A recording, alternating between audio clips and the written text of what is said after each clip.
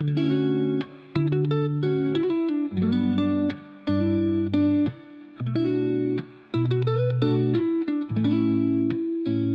turned into weeks, and though my feelings remained locked behind a professional mask, I was genuinely happy. I had the privilege of seeing her every single day. Whether she was serving my morning coffee, or sitting across from me during our endless cycle of breakfast, lunch, and dinner meetings, it was always work, but it felt like a dream because she was there. Then came my birthday. I decided to treat the entire office to a night of karaoke. That was the night I discovered she had the voice of an angel.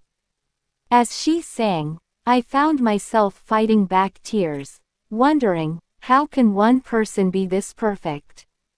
I still hadn't muttered a single word about my love, but looking back, my actions were screaming it. I showered her with gifts. Every time I returned from a family trip abroad, I brought back something special just for her. I took her out to eat constantly and dragged her along to client meetings she didn't even need to attend, just so I could have her near me. Eventually, I even sold her a car, telling her the payments would be deducted from her salary so she wouldn't feel the burden. In reality, I barely deducted a cent. As much as I loved driving her home myself, I had to stop. I was becoming too obvious. But one morning, the peace shattered. I walked into the office to find a commotion. There, sitting on Isabella's desk, was a massive, beautiful bouquet of flowers. My heart dropped. The jealousy hit me so fast I couldn't hide the bitterness in my voice. "If you're going to be courted," I snapped loudly enough for the room to hear, "don't let it happen in this office." I slammed my office door behind me. A few moments later, a worried Isabella followed me in. "I'm so sorry, boss. I had no idea anyone was going to send those here. Just tell your boyfriend that deliveries like that aren't allowed," I retorted, my jealousy radiating off me in waves. She let out a soft, unexpected laugh. She looked me in the eye and said, "Don't worry, boss, it's not a man that I'm interested in, so I won't be saying yes to him anyway." With that, she turned and left. I sat there, frozen. My brain completely stalled as her words played on a loop. "It's not a man that I'm interested in."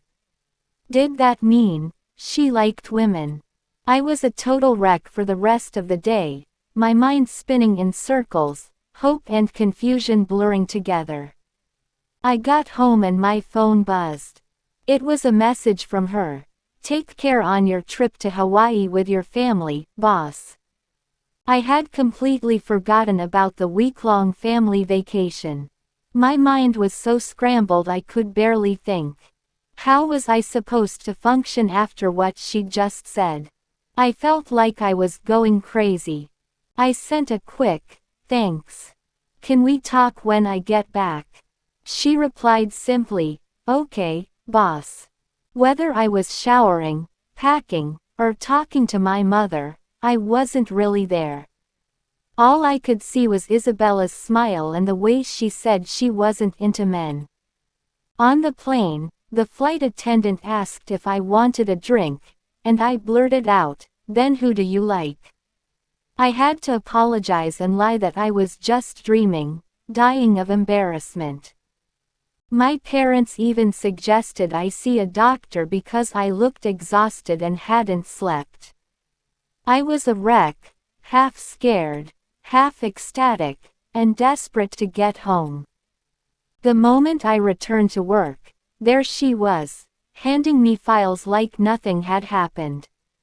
"Let's talk after work," I told her.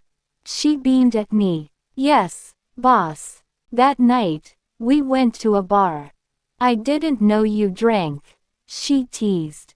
I blushed. "Sometimes." "You A little, she smiled. We ordered drinks, and I started by asking about her suitor. She brushed it off. Oh, that was nothing. Someone I met while I was out. I didn't realize he'd tracked down where I work. Don't worry, I rejected him. There it was again, that hint. Don't worry. I downed my drink in one go. Slow down, boss, she laughed. The alcohol isn't going anywhere. We made small talk about her mother and Steve, but the alcohol was starting to hit us both. Finally, I gathered the courage. It's embarrassing to ask, but what did you mean when you said you don't like men? I've known for a long time, she said softly.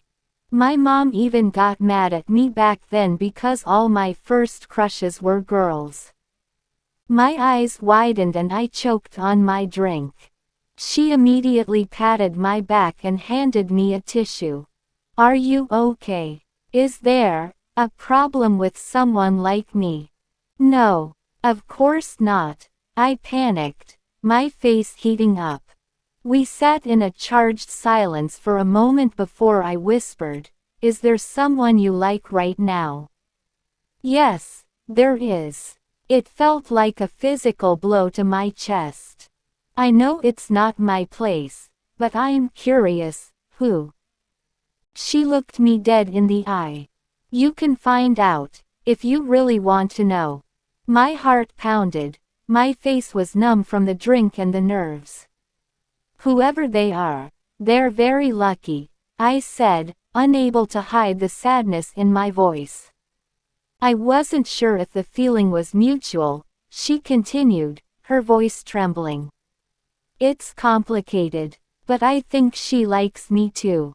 She has for a long time. Everything got messy because I had to leave. I froze. What do you mean? My life was a mess then. I had to hide, and I had to try to forget my feelings. I'm sorry, but I fixed everything. I came back to the Philippines hoping to find her. My plan was to get a job first, then look for her. I didn't expect that the moment I looked for a job, I'd find you. My soul nearly left my body. Was she confessing to me?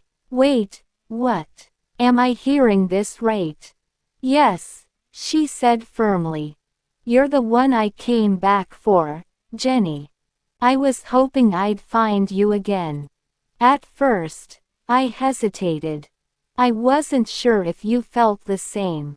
I just observed, thinking maybe I was just imagining things. I started to cry. I couldn't believe it. The girl who vanished, my old crush, my secretary, she was standing here telling me she came back for me.